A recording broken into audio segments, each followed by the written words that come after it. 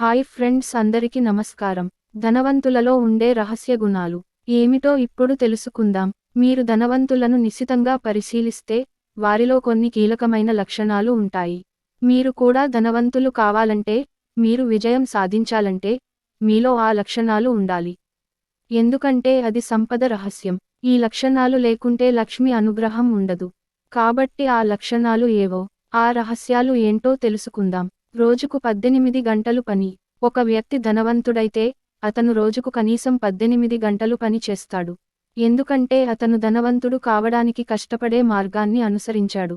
కష్టపడి పనిచేసే వ్యక్తి జీవితంలో పేదరికాన్ని అనుభవించలేడు. కష్టపడి పనిచేసిన వ్యక్తి పేదవాడైనా అది తాత్కాలికమే.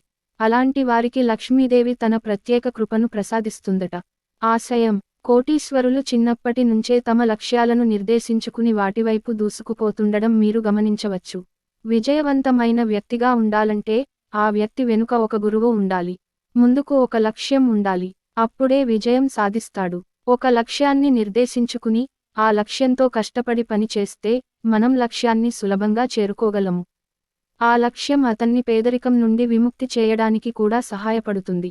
నిజాయితీ: ధనవంతులు నిజాయితీపరులు. కుబేరుడు కావాలంటే కష్టపడి పనిచేయడమే కాకుండా నిజాయితీగా పనిచేసే గుణం కూడా ఉండాలి. పని పట్ల నిజాయితీ ఉన్న వ్యక్తి తన పనిలో ఎప్పుడూ వైఫల్యాన్ని అనుభవించడు.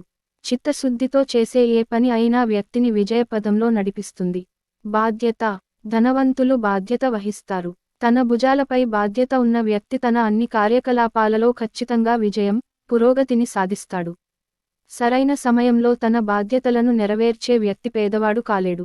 అలాంటి వ్యక్తులు పేదరికాన్ని ఎదుర్కొంటే వారు దానిని ఎదుర్కోగల సామర్థ్యాన్ని కలిగి ఉంటారు.